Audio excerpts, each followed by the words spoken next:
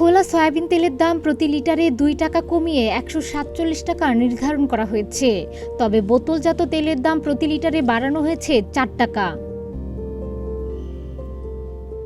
বোতলজাত সয়াবিন তেলের দাম ৪ টাকা বাড়িয়ে ১৬৭ টাকা নির্ধারণ করা হয়েছে।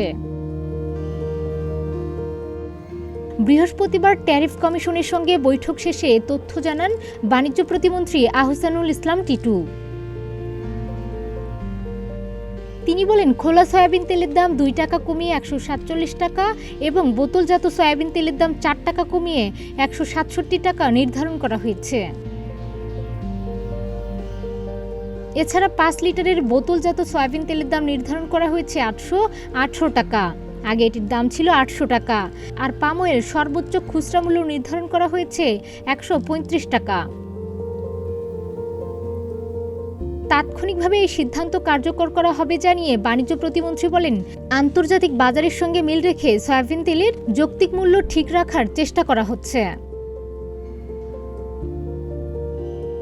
এর আগে ৭ ফেব্রুয়ারি ভোজ্য তেল আমদানির উপর ৫% এবং ভোক্তা পর্যায়ে ১৫% ভ্যাট অব্যাহতি দেওয়ার পর প্রতি লিটার বোতলজাত সয়াবিন তেলের দাম ১০ টাকা কমিয়ে ১৬৩ টাকা নির্ধারণ করেছিল বাণিজ্য মন্ত্রণালয়।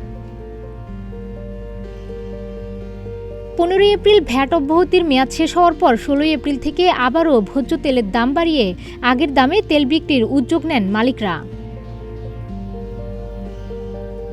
সোমবার Bangladesh vegetable oil refiners and Vanaspati manufacturers association litre প্রতি সয়াবিন তেলের দাম ১০ টাকা বাড়িয়ে ১৭৩ টাকা করার প্রস্তাব দেয় সরকারকে। ব্যবসায়ী সংগঠনটি ১৬ এপ্রিল থেকে বোতলজাত ১ লিটার সয়াবিন তেলের দাম ১৭৩ টাকা, ৫ লিটার ৮৪৫ টাকা এবং খোলা ১ লিটার পাম তেলের দাম ১৩২ টাকা করার প্রস্তাব করে। পরে বাণিজ্য মন্ত্রণালয় জরুরি ব্যবস্থা নিয়ে মালিকদের সেই তৎপরতা রুখে দেয়।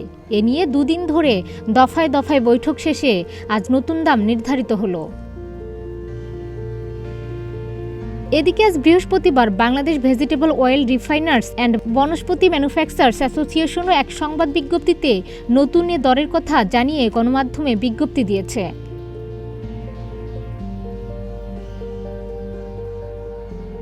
ডেস্ক রিপোর্ট, প্রতিদিনের বাংলাদেশ।